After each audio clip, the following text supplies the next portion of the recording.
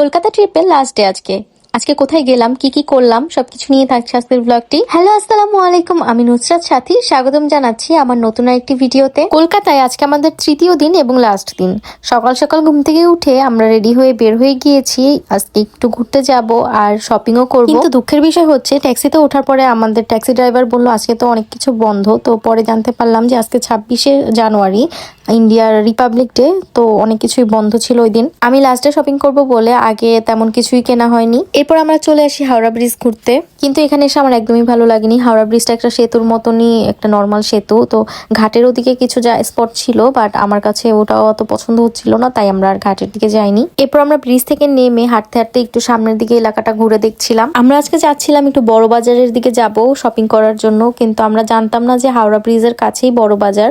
তো পরে গুগলে সার্চ করে দেখলাম যে এর আশেপাশেই বড় বাজার। পরে আমরা হাঁটতে হাঁটতে যাচ্ছিলাম, তখন ওখানে কোনো একটা পূজাও চলছিল। তো পূজার জন্য পুরো রাস্তা ব্লক করা আর সারি সারি মানুষ আসছিল ওদিক থেকে। পুরো রাস্তা একদম ব্লক হয়েছিল আর কোনো গাড়িও যেতে চাচ্ছিল না। তো আমরা এখানে অনেক টাইম স্টাক হয়ে থাকি। এর আগে ছোট থাকতে অনেকবার ইন্ডিয়া যাওয়া হলেও আমি এরকম পূজার দৃশ্য আগে দেখিনি। তো এত মানুষ আর এত সাউন্ড এসব দেখে আমার কিছুটা ভয়ও লাগছিল। প্রায় 40-45 মিনিট ওখানে আটকে ছিলাম। এরপর একটু সামনের দিকে আগিয়ে দেখলাম যে এটাই বড় বাজার। তো আমাদের একজন বললো যে আপনারা কি শপিং করবেন কিনা, তো আমরা তার কথা শুনে তার পিছন পিছন আসলাম। পরে বুঝতে পারলাম যে সে একজন দালাল, তো সে আমাদের এখানে নিয়ে এসেছে শপিং করার জন্য। আজকে মোটামুটি সবকিছু এখানে বন্ধ, তো এই জন্য ওনার কথা শুনে পিছন পিছন গিয়েছি। আমরা ভেবেছিলাম যে উনি একজন সেলসম্যান। পরবর্তীতে ওখান থেকে আর কিছু না কিনে আমরা আবার এদিকে চলে আসি। কলকাতায় দেখলাম মার্কেটের সব জায়গায় এরকম লোক দিয়ে ভরা, তো আপনারা একটু যারা যাবেন সাবধানে থাকবেন, এইসব লোকের থেকে একটু দূরে থাকাই ভালো। এরপর আমরা ওখানে তেমন কিছু শপিং করতে পারলাম না, কারণ মোটামুটি সবকিছুই বন্ধ। তো আমরা পরে চলে আসি স্মার্ট বাজারে। শুনেছি এখানে নাকি অনেক সেলে অনেক কিছু পাওয়া যায়, তো এই জন্য এখানে চলে এসেছি। আর রবীন্দ্রনাথ ঠাকুরের বাড়িতে যাব, ওইটার অপোজিটই এই স্মার্ট বাজারটা। আর বলেছিলাম না আজান কলকাতায় যে বেস্ট সেলিব্রিটি ভাইব পেয়েছে, এই যে এখানেও তার সাথে কথা বলতে অনেকে চলে এসেছে। পরে আমরা এখান থেকে চকলেট, বিস্কিট ইত্যাদি অনেক কিছু কিনি। তো এখানে সবকিছুর দাম কম না, কিছু প্রাইসের উপর সেল ছিল, আর কিছু জিনিস হচ্ছে বাই ওয়ান গেট ওয়ান এরকমও ছিল। তো মোটামুটি রিজনেবলের মধ্যেই ছিল। পরে এখান থেকে বের হয়ে রবীন্দ্রনাথ ঠাকুরের বাড়িতে যাওয়ার চেষ্টা করি, কিন্তু দুঃখের বিষয় হচ্ছে ওই দিন এই জায়গাটাও বন্ধ ছিল। তো ওখান থেকে আস্তে আস্তে অনেক লেট হয়ে যায়, প্রায় বিকাল গড়িয়ে সন্ধ্যার দিকে চলে এসেছে। তো আমরা ওই জায়গাটা কিছু চিনি না বলে আর লাঞ্চ করিনি ওখানে। আমরা নিউ মার্কেট এরিয়াতে এসেই লাঞ্চ করেছি। নিউ মার্কেটের মধ্যে অনেক পপুলার এবং অনেক পুরানো একটি রেস্টুরেন্ট নিজামস, আমরা এখানে এসে লাঞ্চ করেছি। জায়গাটা খুবই সুন্দর এবং খুবই বড়। এই জায়গাটা নন এসি আর এই জায়গাটা এসি।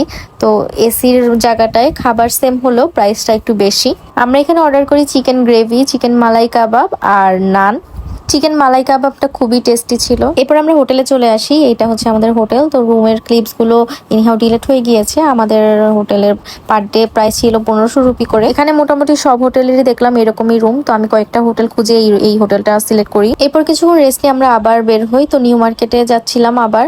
তো এখানে কিছু মিষ্টি দেখতে পাচ্ছিলাম মিষ্টির দোকানে, তো আমরা কয়েকটা ট্রাই করি। তবে আমার কাছে কোনো মিষ্টি ভালো লাগেনি, স্পেশালি গাজরের হালুয়াটা। একটু সামনের দিকে আগানোর পরে এই ব্রাইডাল লেহেঙ্গাগুলো চোখে পড়লো। এগুলোই হয়তো বাংলাদেশে অনেক দাম দিয়ে বিক্রি করা হয়। তো আমাদের ঘোরাঘুরি শেষ, পুরো নিউ মার্কেটটাই বন্ধ, শুধু ফুটপাতে যেই সবগুলো ছিল ওইগুলোই ঘুরলাম। এরপর আমরা ডিনার করতে চলে এসেছি। আমাদের কলকাতার এই 4 রাতের মধ্যে আমরা 3 রাতই এখানেই ডিনার করেছি। এখানের খাবারগুলো খুবই সুস্বাদু এবং বাংলাদেশি মালিক হওয়াতে একদম বাংলাদেশি টেস্ট বাটের সাথে যায়।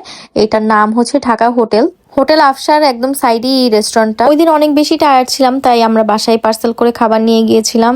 আমরা নিয়েছিলাম ডাল, বেগুন ভর্তা, টমেটো ভর্তা, গরুর মাংস। তারপরে একদম ভোর 4টা কি 4:30টার দিকেই আমরা ট্যাক্সি ঠিক করে রওনা দিই রেলওয়ে স্টেশনের উদ্দেশ্যে। কলকাতা থেকে ঢাকার ট্রেনটা ছাড়বে 6:30টায়, তো এই জন্য আমাদের এত ভোরবেলা উঠে রওনা দেওয়া। তারপর স্টেশনে যে বিশাল লাইন ধরে দাঁড়াতে হয়েছিল, এত আগে আসার পরও অনেক বড় লাইন পার করে তারপর ভিতরে ঢুকতে হয়েছে। আর তাছাড়া চেক ইনের সময় হ্যাসেল তো রয়েছেই, ভিতরে অনেক চেক ইন করা হয়, একদম ব্যাগ খুলে খুলে দেখছিল। আমাদেরও ব্যাগ খুলে দেখেছে যে কি আমরা নিয়েছি। স্টেশনে আসার পর থেকে আজান একটু বিরক্ত করছিল, কারণ অনেক ভোরবেলা ঘুম থেকে উঠতে হয়েছে। তারপরে আমরা যখন ট্রেনে বসেছি, তো ট্রেনে ওঠার পরে সে খুশি, এখন সে খেলাধুলা করছে পিছনের সিটের প্যাসেঞ্জারদের সাথে। ট্রেন থেকে আমরা স্যান্ডউইচ আর চিকেন বিরিয়ানি কিনে খাই। তো 2টা বিরিয়ানি কিনি, একটা খাওয়ার পরে আরেকটা খাওয়ার রুচি হয়নি।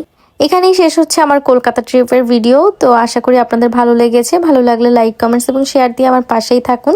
আজকে এতটুকুই, দেখা হবে নেক্সট কোনো ভিডিওতে। টিল দেন সবাই সুস্থ থাকুন, ভালো থাকুন। আল্লাহ হাফেজ।